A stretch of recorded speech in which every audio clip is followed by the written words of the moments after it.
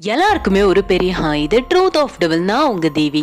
இன்னைக்கு நம்ம என்ன சம்பவம் பார்க்க போறோம் அப்படின்னா, மந்திரவாதியோட பேச்சு கேட்டு தான் குழந்தைய தானே கொன்ன கணவனை பழிவாங்க துடிச்ச மனைவியோட ஆன்மா, அதுக்கப்புறம் பழிவாங்கின சம்பவங்களையும் அது சார்ந்த அமானுஷங்களை பத்தி தான் பார்க்க போறோம். இது வரைக்கும் சேனலை சப்ஸ்கிரைப் பண்ணாதவங்க சப்ஸ்கிரைப் பண்ணிடுங்க, மறக்காம பெல் ஐக்கானையும் கிளிக் பண்ணிடுங்க. வீடியோ பிடிச்சா லைக் பண்ணுங்க.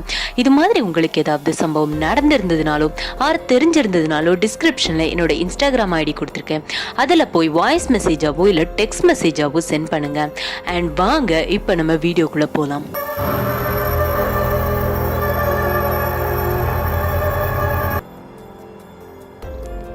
ஸோ இது எங்கே நடந்துச்சு அப்படின்னு பார்த்தீங்கன்னா, விருதாச்சலத்தில் நடந்த கதை தான் இது. இது எப்போ நடந்துச்சு அப்படின்னா, 2010 கோமதி பால்ராஜ் அப்படின்ற கப்பிள்ஸ்க்கு நடந்தது தான் இது. இந்த கோமதி பால்ராஜ் பற்றி சொல்லணுன்னா, இந்த பால்ராஜ் அப்படின்றவர் இவர் ஒரு டிரைவர். ஸோ இந்த அங்கே சின்ன சின்ன லோடு ஆட்டோ அந்த மாதிரி இருக்கும்ல, ஸோ அந்த மாதிரி ஓட்டக்கூடிய ஒரு டிரைவர் தான் கோமதி. அவங்களோட ஒய்ஃபு, அவங்க ஹவுஸ் ஒய்ஃப் தான். அவங்க ரெண்டு பேருமே ஒரு அவங்க மாமனார் மாமியார் வீட்டிலேருந்து கொஞ்சம் தள்ளி தனி கொடுத்தனம் தான் வாழ்ந்துட்டு இருக்கிறாங்க. இந்த கோமதி அப்படின்ற பொண்ணை பற்றி சொல்லணும்னா, இவங்களுக்கு ரெண்டு பேத்துக்குமே கல்யாணம் ஆகி கிட்டத்தட்ட ஒரு 10 வருஷம் ஆயிடுச்சு. ஆனால் ரெண்டு பேத்துக்குமே குழந்தையே இல்லை. பால்ராஜ்க்கு அதை பற்றின பெருசாக கவலைகளும் இல்லை. ஆனால் இந்த கோமதி அப்படின்ற இந்த பெண்ணுக்கு ரொம்ப கவலையாக இருந்திருக்கு. ஏன்னா ஒரு பெண்ணுக்கு சொசைட்டியில் குழந்தை இல்லைனாலே அவங்க சொசைட்டியில் எல்லாரும் தப்பாக பேச ஆரம்பிச்சிருவாங்கல்ல. ஸோ அதே மாதிரி தான் இந்த கோமதி அப்படின்ற இந்த பெண்ணுக்குமே நிறைய தப்பான பேச்சுக்கள் அவங்க கேட்க வேண்டியதா இருந்திருக்கு. நிறைய வார்த்தைகளை அவங்க அனாவசியமா கேட்க வேண்டியதா இருந்திருக்கு. அதுவுமே அவங்களுக்கு ரொம்ப கவலையை கொடுத்துருக்குது. இந்த பால்ராஜ் அப்படின்றவரை பற்றி சொல்லணும்னா, இவர் எப்படி சொல்கிறது, கொஞ்சம் ஏழ்மைப்பட்ட நிலைமையில இருக்கக்கூடியவர் தான். ஆனால் இந்த பில்லி சூனியம் ஏவல் இந்த மாதிரி விஷயங்களில் ரொம்பவுமே ஒரு நம்பிக்கை உள்ளவர். அது மட்டும் இல்லாமல் அந்த சாத்தானை வழிபடுறது அந்த மாதிரி விஷயங்களுக்குள்ள அதிகமாக போகக்கூடியவர். இது அந்த கோமதி அப்படின்ற இவரோட மனைவிக்கு பிடிக்கல. ஆனால் அவர் அந்த மனைவி எவ்வளோ தூரம் சொல்லியும் அதை பற்றி அவர் கொஞ்சம் கூட கேர் பண்ணாமல், நான் அப்படித்தான் போவேன்ற மாதிரி ரொம்பவுமே ரகடாக அவர் இருந்திருக்கிறாரு. கண்டிப்பா நான் அப்படிதான் போவேன், உன்னால என்ன பண்ண முடியுமோ நீ பண்ணிக்கோ அப்படின்னு சொல்லிட்டு ரொம்பவுமே அவங்க திடமா இருந்து அந்த மாதிரி சாத்தான வழிபடுறது, அது மட்டும் இல்லாம அது சார்ந்த சில பூஜைகள் பண்றது, சில பலிகள் கொடுக்கறது. பலிகள் மீன்ஸ் இந்த ஆடு மாடு கோழி அந்த மாதிரி கொடுக்கறது. இந்த மாதிரி எல்லாத்தையுமே ரெகுலரா அந்த பால்ராஜ் அப்படின்றவர் பண்ணிட்டு இருந்தாங்க. ஆனா இது எல்லாமே அந்த கோமதி அப்படின்ற இவரோட மனைவிக்கு சுத்தமா பிடிக்கல. அந்த பால்ராஜை பொறுத்த வரைக்கும் தான் ரொம்ப சந்தோஷமா வாழணும், தான் சந்தோஷமா வாழணும்னா சாத்தானுக்கு பலி கொடுத்தா அந்த சாத்தான் நமக்கு இதெல்லாம் தரும். இந்த மாதிரி விஷயங்கள்ல தான் அந்த பால்ராஜ் அப்படின்றவர் ரொம்பவுமே நம்பிக்கை வச்சிருந்தாரு. ஆனா அவங்களுக்கு அந்த ஆடு மாடு அந்த பலிலாம் கொடுத்து பார்த்திருக்காரு. அவர் கொடுக்க கொஞ்சமா ஏதாவது பணம் கிடைக்குமே தவிர அவர் நினைச்ச அளவுக்கு பணம் கிடைக்காது. இப்படி இருக்க இப்படித்தான் கொஞ்ச நாள் போய்கிட்டே இருந்திருக்கு. அந்த நேரத்துல தான் இந்த பால்ராஜோட மனைவி கோமதி அப்படின்றவங்க 10 வருஷத்துக்கு அப்புறமா அவங்க கருவுற்று இருக்கிறத அவங்க ஃபீல் பண்ணாங்க. அவங்க டாக்டர் கிட்ட போய் கேட்கும்போது அவங்களுமே கன்ஃபார்ம் பண்ணிட்டாங்க, ஆமா இது உண்மைதான், நீங்க பிரெக்னெண்டா இருக்கீங்க அப்படின்னு சொல்லவும் இந்த கோமதிக்கு அளவில்லாத சந்தோஷம். அவங்களுக்கு அந்த சந்தோஷத்தை எப்படி வெளிப்படுத்துறதுன்னு கூட தெரியல. அந்த அளவுக்கு ரொம்பவுமே சந்தோஷமா இருந்திருக்கிறாங்க. அவங்க நேரே பால்ராஜ்க்கு ஃபோன் பண்ணி சொல்றாங்க, இந்த மாதிரி டாக்டர் சொல்லிட்டாங்கன்னு. பால்ராஜ்க்குமே அவருக்கு ரொம்ப சந்தோஷம் இல்லைனாலும், ஓ அப்படியா சந்தோஷம் அந்த மாதிரி சும்மா சொல்லியிருக்கிறாரு. இருந்தாலும் கோமதி அவர்கிட்ட ரொம்ப எக்ஸ்பெக்ட் பண்ணலை. காரணம் என்னன்னா, அவரை பற்றி இவங்களுக்கு ரொம்ப நல்லாவே தெரியும். அதனால அவர்கிட்ட ரொம்ப எக்ஸ்பெக்ட் பண்ணலை. இவங்க என்ன பண்ணியிருக்காங்க, அவங்களோட அம்மா அப்பா அதுக்கப்புறமா அவங்களோட மாமனார் மாமியார்னு எல்லார்கிட்டையுமே அந்த குழந்தை இவங்களுக்கு பிறக்க போகுது அப்படின்னு எல்லார்கிட்டையுமே சொல்லி சந்தோஷமா இருந்திருக்கிறாங்க. அந்த நேரத்துல தான் இந்த பால்ராஜ் அப்படின்றவர் அவருக்கு ஒரு பெரிய சாத்தானை வழிபடக்கூடிய ஒரு மந்திரவாதின்ற மாதிரி. சாத்தான் மீன்ஸ் நான் என்ன சொல்ல வரேன்னா, சில இடங்கள்ல மாறி சொல்லுவாங்க தீய சக்தியை வழிபடுறது அந்த மாதிரி. ஸோ அந்த மந்திரவாதியை அவர் பார்க்குறாரு. அப்படி அவர் போய் பார்க்கும்போது அவர்கிட்ட கேட்குறாரு இவர், இந்த மாதிரி எனக்கு நிறைய பணம் வேணும், என்னோட லைஃப் நல்லா செட்டில் ஆகணும், நீங்கள் என்ன சொன்னாலும் நான் அது கேட்குறேன், நீங்கள் என்ன பண்ணணும்னு மட்டும் சொல்லுங்க அப்படின்னு சொல்லிட்டு இந்த பால்ராஜ் அப்படின்றவர் அந்த மந்திரவாதி கிட்ட கேட்கும்போது அந்த மந்திரவாதி சொல்றது என்னன்னா, நீ அதுக்கு சாதாரணமா இருக்கக்கூடிய இந்த ஆடு மாடு கோழி இதெல்லாம் பலி கொடுத்தா இது அதுக்கு சரிசமமா வராது, அது கேட்குறது என்னன்னா, நீ வந்து அதாவது அவங்களோட அந்த சாத்தான் அந்த மாதிரி அந்த தீய சக்தி என்ன கேட்குது அப்படின்னா, எனக்கு அதுக்கு வந்து ஒரு மனித தலை தான் வேணும் அப்படின்னு கேட்குது. அப்படின்ன உடனே இவருக்கு வந்து ஒரு மாதிரி நடுக்கம் கொடுத்துருச்சு. என்னது மனுஷ தலையை நான் எப்படி கொண்டு வர முடியும் அப்படின்னு கேட்கவும், அதுவும் தலைச்சம் பிள்ளையோட தலை தான் வேணுமா அப்படின்னு சொல்கிறாங்க. தலைச்சம் பிள்ளை அப்படின்னா யாருன்னா, முதல்ல பிறந்த குழந்தை அப்படின்றது. இப்போ இதில் வந்து நான் ஒரு விஷயத்த சொல்லணும்னு நினைக்கிறேன். என்ன அப்படின்னா, இந்த மந்திரவாதிகள் சில சூனியக்காரங்க அந்த மாதிரி இருக்கிறவங்க கிட்டலாம் கையில் மண்டை ஓடு இருக்கும் தெரியுமா, அந்த மாதிரி அந்த மண்டை ஓடுகள் எல்லாமே தலைச்சம் பிள்ளையோடது, அதாவது முதல்ல பிறந்த பிள்ளையோட மண்டை ஓடு தான். ஏன்னா அதில் தான் பெரிய சக்தியே அடங்கி இருக்கும். அது மட்டும் இல்லாமல் நிறைய பேர் இந்த குறி சொல்கிறவங்கலாம் கூட சில பேர், எல்லாரும் வச்சிருக்க மாட்டாங்க, ஆனால் சில பேர் வச்சிருப்பாங்க மண்டை ஓடுகள். இந்த பட்டாளின்னு சொல்லுவாங்கள்ல, ராத்திரியில் குறி சொல்கிறவங்க, அவங்க எல்லாருமே சில பேர் மண்டை ஓடு வச்சுருப்பாங்களாம். அந்த மாதிரி வச்சிருக்கிறவங்களுமே அந்த மண்டை ஓடு வந்து என்னென்னா தலைச்சம் பிள்ளையோட மண்டை ஓடுன்னு தான் சொல்லுவாங்க. ஸோ எப்போவுமே தலைச்சம் பிள்ளை, ஒரு குடும்பத்தோட தலைச்சம் பிள்ளை வந்து அந்த பிள்ளைய வந்து புதைச்சதுக்கு அப்புறம் கூட சில பேர் வந்து தோண்டி போய் அது தலைச்சம் பிள்ளையோட மண்டை ஓடுன்னு சொல்லி எடுத்துப்பாங்க. அதனால அந்த பிள்ளைங்களை புதைக்கும் போது கூட ரொம்ப கவனமாக புதைப்பாங்க அப்படின்னு சொல்லுவாங்க. ஸோ ஏன்னா அந்த பிள்ளையோட அந்த மண்டை ஓட்டில் வந்து சக்தி வந்து ரொம்ப நிறைய இருக்குமா, அதனால தான் அதை வந்து யாரும் எடுத்துடக்கூடாதுன்னு எல்லாருமே இது பண்ணுவாங்க. இப்படி இருக்க இந்த பால்ராஜ் கிட்ட வந்து இந்த மந்திரவாதி வந்து இதைத்தான் சொல்றாரு, தலைச்சம் பிள்ளையோட மண்டை ஓடு வந்து நீ கொண்டு வரணும், நீ அப்படி கொண்டு வந்த தலைச்சம் பிள்ளையோட தலை எனக்கு வேணும், அந்த தலையை நீ கொண்டு வந்த அப்படின்னா நான் உனக்கு வேண்டிய சக்தி எல்லாம் கொடுக்குறேன் அப்படின்னு சொல்லவும், இந்த பால்ராஜ் வந்து எப்பேற்பட்டவர்னா ரொம்ப கல் நெஞ்சக்காரர். தனக்கு ஒன்று வேணும்னா தான் மனைவி மக்களை கூட பார்க்க நினைக்காத அளவுக்கு ரொம்ப பெரிய ஒரு சுயநலவாதின்னு சொல்லலாம். சில பேர் சுயநலவாதியாக இருப்பாங்க, தான் மனைவி மக்கள் அப்படின்னு சொல்லிட்டு இருப்பாங்க. ஆனால் இவர் எப்படின்னா, தான் மனைவி மக்களை கூட பார்க்காம தான் மட்டும் நல்லா இருந்தா போதும்னு நினைக்கக்கூடிய ரொம்ப ரொம்ப ஒரு சுயநலவாதியான ஒரு ஆள் அப்படின்னு தான் சொல்லலாம். அப்படி இருக்கும்போது தான் இந்த பால்ராஜ் அப்படின்றவருக்கு தன்னோட குழந்தை ஞாபகம் வந்திருக்குது. இவருக்கு இப்படி ஒரு கொடூரமான யோசனை வரும்ன்றதை யாருமே எதிர்பார்க்கல. என்ன அப்படின்னா, அவர் வந்து தன்னோட குழந்தையவே இந்த சாத்தானுக்கு வந்து பலி கொடுத்துடலாம் அப்படின்னு சொல்லிட்டு அவர் வந்து முடிவெடுக்கிறாரு. தான் குழந்தையுமே தலைச்சம் பிள்ளை தானே அப்படின்னு சொல்லிட்டு. ஆனால் இந்த விஷயம் கோமதிக்கு தெரிஞ்சா நிச்சயம் அவங்க வந்து ஒத்துக்க மாட்டாங்க. இதெல்லாம் எப்போ நடக்குது அப்படின்னா, கிட்டத்தட்ட ஒரு 6வது மாதம், கோமதி வந்து 6வது மாதம் குழந்தை சுமந்துட்டு இருக்கிற அந்த நாளில் தான் இந்த விஷயம் வந்து நடக்குது. அப்படின்ற பட்சத்துல இவர் வந்து என்ன யோசிக்கிறாருன்னா, கண்டிப்பாக கோமத்திட்ட சொன்னால் எல்லார்கிட்டையும் சொல்லி நம்மளுக்கு வந்து பிரச்சனையை உண்டு பண்ணிடுவா, அதனால கொஞ்சம் பொறுக்கட்டும், அந்த குழந்தை முழுசாக வளரட்டும், ஒரு 9வது மாதம் நம்மளே அவளை தனியாக கூட்டிகிட்டு போய் அவள்கிட்டருந்து அந்த குழந்தைய வந்து நம்ம எடுத்துடலாம் அப்படின்னு சொல்லி இந்த பால்ராஜ் அப்படின்றவர் முடிவெடுக்கிறாரு. இவர் இருக்கக்கூடிய இடம் வந்து எப்படிப்பட்ட இடம்னா, காடுகளில் சில வீடுகள் இருக்கும் தெரியுமா பக்கத்தில், அப்போ தான் வீடுகள் வந்து வர ஆரம்பிச்சிருக்கும்ல, அந்த மாதிரி இடங்களில் தான் இவர் வந்து ஒரு வீடு கட்டி இவரும் அவருடைய மனைவியும் இருந்துகிட்டு இருக்கிறாங்க. இப்படி காலங்கள் செல்ல செல்ல அவங்களுக்கு 9வது மாதமும் வருது. 9வது மாதம் அந்த கோமதிக்கு வரும்போது நம்ம அந்த பால்ராஜ் அப்படின்றவரும் அவர் எதிர்பார்த்துட்டு இருந்த காலம் வந்துருச்சு. நம்ம எப்படியாவது இந்த குழந்தைய பலி கொடுத்தே ஆகணும் அப்படின்னு முடிவெடுத்த பால்ராஜ் என்ன பண்றாருன்னா, இந்த கோமதியை வந்து வாக்கிங் போகலாம் அப்படின்னு சொல்லிட்டு அந்த கோமதியை அன்னைக்கு ரொம்ப பாசமா பார்த்துக்கிட்டு அவங்கள வந்து கொஞ்சம் காட்டுக்குள்ள வந்து அப்படியே கூட்டிட்டு போறாங்க. இவங்களும் சும்மா சரி கணவர் தானே கூட்டிட்டு போறாருன்னு நம்பி அவங்க வந்து போறாங்க. அந்த காட்டுக்குள்ள வந்து மேக்சிமம் யாரும் வரமாட்டாங்க. அது வந்து கொஞ்சம் பெரிய காடு மாதிரி, அந்த இடத்துல வந்து அதிகமா யாரும் வரமாட்டாங்க. அப்படி வரதா இருந்தாலும் யாராவது ஆடு மேய்க்கிறவங்க அந்த மாதிரி வந்தா மட்டும்தான் உண்டு. அந்த மாதிரி இருக்கிற சமயத்துல இந்த பால்ராஜ் என்ன பண்ணிட்டாரு அப்படின்னா, அந்த பாறைகள், அந்த காடுகள்ல வந்து சின்ன சின்ன பாறைகள் அந்த மாதிரி உண்டு. அங்க அவரை கூட்டிட்டு போய் அந்த கோமதியை வந்து கூட்டிட்டு போய் அந்த பெண்ணை அடிச்சு, அந்த பெண்ணை 2 பாறைகளுக்கு நடுவுல, 2 பெரிய பாறைகள் இருக்கு, அதுக்கு நடுவில் அந்த பெண்ணை படுக்க வச்சு அந்த பெண்ணோட வயிற்றுல ஒரு கத்திய வச்சு அவர் வந்து கிழிச்சிட்டாரு. அவருக்கு வந்து குழந்தை, அந்த குழந்தையோட உயிரை வந்து நம்ம எடுக்கணும் அப்படின்ற எண்ணத்துல இந்த மாதிரி அவர் வந்து அந்த வயிற்றை வந்து கிழிச்சு அந்த பெண் வந்து இறந்தா கூட பரவாயில்லன்றத அந்த பால்ராஜ் முடிவு பண்ணிட்டாரு. அவ்வளவு கொடூரமா மாறிட்டாரு அந்த சக்திக்காக வேண்டி. அதனால இவர் என்ன பண்ணிட்டாருன்னா, அந்த குழந்தைய அப்படியே கிழிச்சு வெளியே எடுக்கிறாரு. வெளியே எடுத்தப்ப கூட அந்த குழந்தை வந்து உயிரோட தான் இருந்திருக்கு. ஆனா அந்த உயிரோட இருந்த குழந்தைய பிஞ்சு மண்ணுன்னு கூட பார்க்காம, அது வந்து பச்சை குழந்தை தாரத்தோன்றத கூட அந்த மனுஷன் பால்ராஜ் வந்து உணராம அந்த குழந்தையும் கொன்னாகணும்னு சொல்லிட்டு தான் கையில இருந்த அந்த கத்திய வச்சு அந்த குழந்தையோட தலையுமே வெட்டிட்டாரு. இதை வந்து சொல்றதுக்கே அவ்வளோ கஷ்டமா இருக்கு. ஆனா இது வந்து நடந்த உண்மை இதுதான். இப்படி இருக்க அவர் வந்து அந்த தலையை வெட்டிட்டார். அந்த எல்லா காட்சியையுமே இந்த கோமதி அப்படின்றவங்க தன் கண்ணு முன்னாடி பார்த்துக்கிட்டே தான் இருக்கிறாங்க.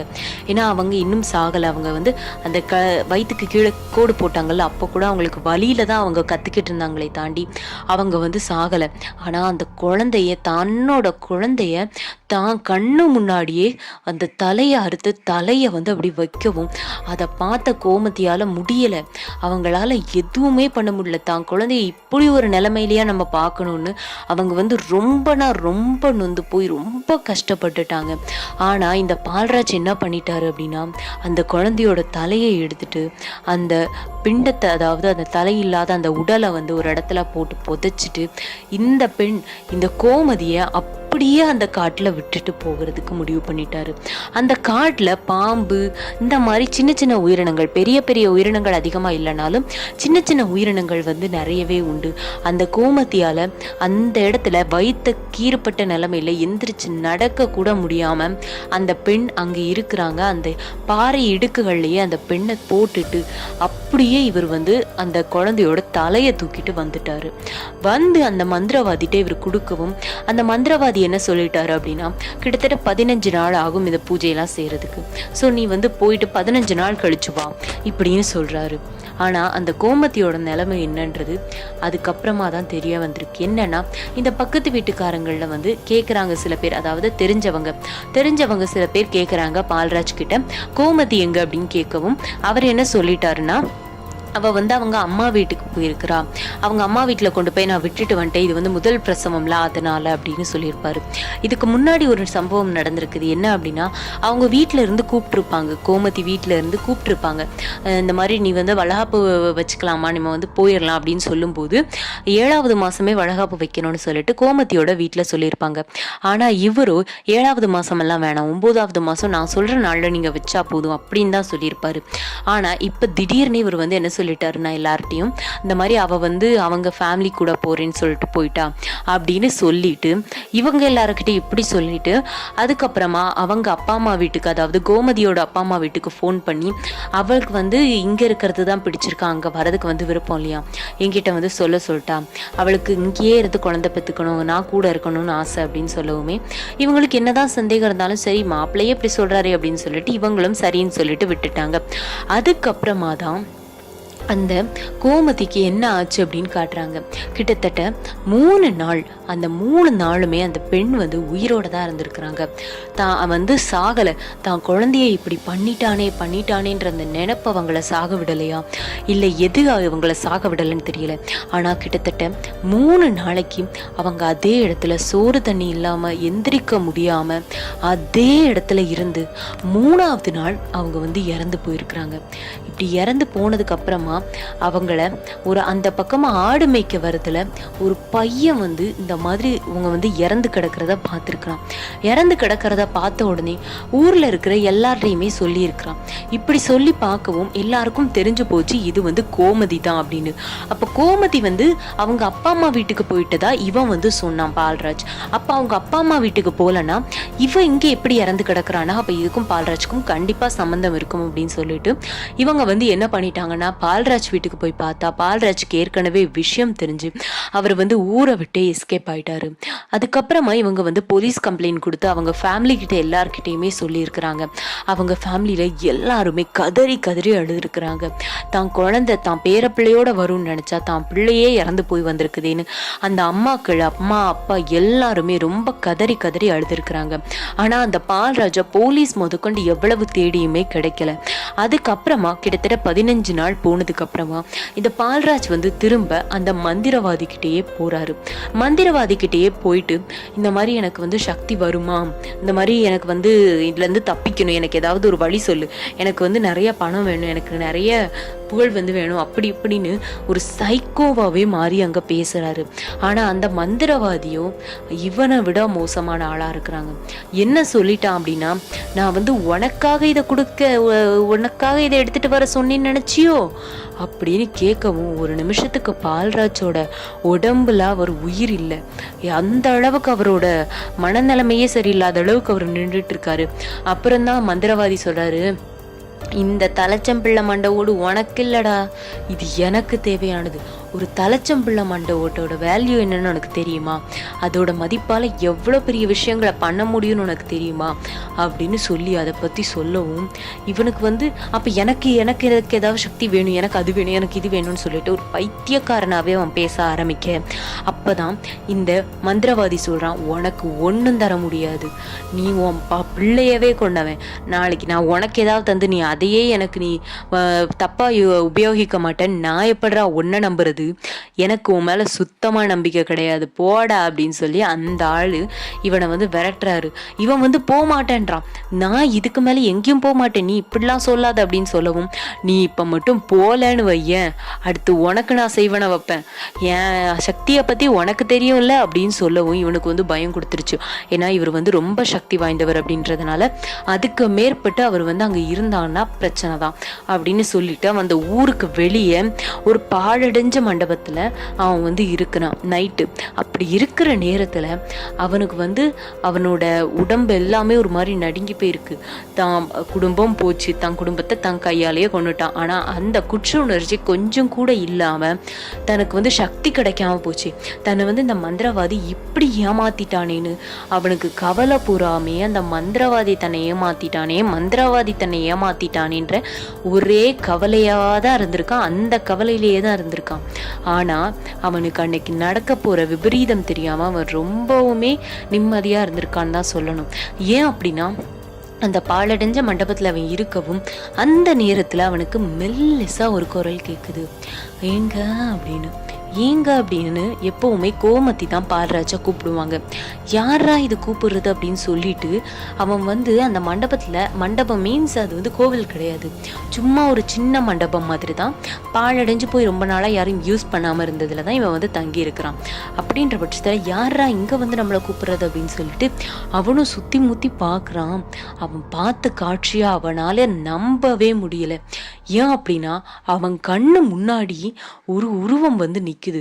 அது யாருன்னா இவனோட மனைவி தான். அந்த மனைவி எப்படி இருக்காங்க அப்படின்னா தலைவிரி கோலமா தான் வயிறு புறா ரத்தம் சிந்திக்கிட்டு அப்படியே வயிற்றுல இருந்து ரத்தம் போயிட்டே இருக்குது. ரத்தம் சிந்திக்கிட்டு தன் கையில ஒரு தலையில்லாத குழந்தைய வச்சுக்கிட்டு அந்த பெண் முன்னாடி நோக்கி கேட்குறாங்க, ஏங்க என் குழந்தைய இப்படி பண்ணீங்க, அது நம்ம குழந்தை இல்லையா, அந்த குழந்தைய ஏங்க கொன்னீங்க இப்படின்னு கேட்கவும் அந்த பால்ராஜால நிற்க முடியல. அவனுக்கு காலெல்லாம் நடுங்குது. அவருக்கு அந்த இடத்த விட்டு நகரவும் முடியல, எதுவுமே பண்ண முடியல. அவர் ஒரே ஓட்டமா ஓடுறாரு. எங்க ஓடுறாருன்னா அவர் எந்த ஊர்ல இருந்து ஓடி வந்தாரோ அதே ஊருக்கு திரும்ப ஓடி அந்த ஊரோட எல்லையில போய் இருக்காரு. அங்க இருந்த 4-5 ஆட்கள் அவரை பார்த்து, ஏய் நீ தானடா உன் பொண்டாட்டிய கொன்ன, இப்படி கொன்னுட்டியடா, அந்த பிள்ளை உனக்கு என்னடா பாவம் பண்ணுச்சு, எவ்வளோ நல்ல பிள்ளைடா அது, அதை போய் நீ இப்படி கொன்னுட்டி அப்படின்னு சொல்லவும் அவன் ஒரு மாதிரி மூச்சடைச்சு ஒரு மாதிரி பேசுறான். ஆனா அவன் நடந்த அத்தனையுமே சொல்லிட்டான். இந்த விஷயத்தினாலதான் இந்த மாதிரி மந்திரவாதி சொல்லியிருந்தான், நான் அதனால தான் இந்த மாதிரி என் பிள்ளையோட தலையை வெட்டிட்டேன், அவளை அப்படியே போட்டுட்டு வந்துட்டேன், இப்போ அவள் என்னை துரத்திக்கிட்டே வாரா, நான் ஓட என் பின்னாடி அந்த பிள்ளையோட அவள் துரத்திட்டு வாரா, என்னை காப்பாத்துங்க, எனக்கு தண்ணி தாங்கன்னு ஒரு மாதிரி தண்ணி தவிச்சுக்கிட்டே அவங்க தண்ணி எடுத்துட்டு வர்றதுக்குள்ள இங்கே இந்த பால்ராஜோட உயிரும் பிரிஞ்சிடுச்சு. அவன் அப்படியே கரெக்டாக ஊர் எல்லையில் என்ன நடந்துச்சோ அதை தெளிவாக சொல்லிட்டு அவன் இறந்து போயிட்டான். இப்போ ஊர் மக்களுக்கு தெரிஞ்சு போச்சு இவன் எவ்வளோ பெரிய பாவம் பண்ணியிருக்கான்னு. அப்படி அவன் பண்ண பாவத்துக்காக தான் அந்த பெண் இவனை பழி வாங்கியிருக்கிறாங்க அப்படின்றது தெரிஞ்சு போயிடுச்சு. ஆனால் இப்போவுமே சில பேர் அந்த காட்டுக்குள்ளே போனாங்க அப்படின்னா, இது நடந்தது 2010. ஆனால் இப்போவுமே அந்த காட்டுக்குள்ளே சில பேர் போனாங்கன்னா சில பேர் அந்த பெண் தலையில்லாத ஒரு குழந்தைய வச்சுக்கிட்டு இருக்கிறத பார்க்குறாங்க, நிறைய பேர் பார்த்துட்டு சொல்கிறாங்க அப்படின்றத கூட அந்த ஊர்க்காரங்க சொல்கிறாங்க. ஸோ இதை பற்றின உங்கள் கருத்துக்கள் என்ன? இதை பற்றின என்னோட கருத்து என்ன அப்படின்னா, எப்போவுமே நம்ம நல்ல சக்தியை நம்பணும். நல்ல சக்தின்னு ஒன்று இருந்தால் தீய சக்தின்னு ஒன்று இருக்க தான் செய்யும், பகல்னு ஒன்று இருந்தால் இரவுன்னு ஒன்று இருக்க தான் செய்யும்.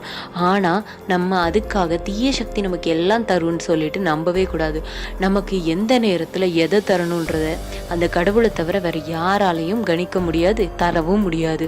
அதனால இந்த சின்ன சின்ன விஷயங்களுக்காகலாம் அந்த ஒரு தீய சக்தியை தேடி போனால் கடைசியில் அந்த குடும்பமே இப்படி தான் அழிஞ்சு போகும். அந்த பால்ராஜ் பண்ண விஷயத்தினால ரொம்பவுமே இன்னசென்ட்டாக இருந்த அவரோட மனைவியும் இந்த பூமியிலேயே கால்படாத அந்த குழந்தையுமே இறந்து போயிடுச்சு. 2 பேரோடைய உயிரிழப்புமே அந்த பால்ராஜோட மூட நம்பிக்கையினாலையும் மூடத்தனத்தினாலையும் தான் ஆச்சு.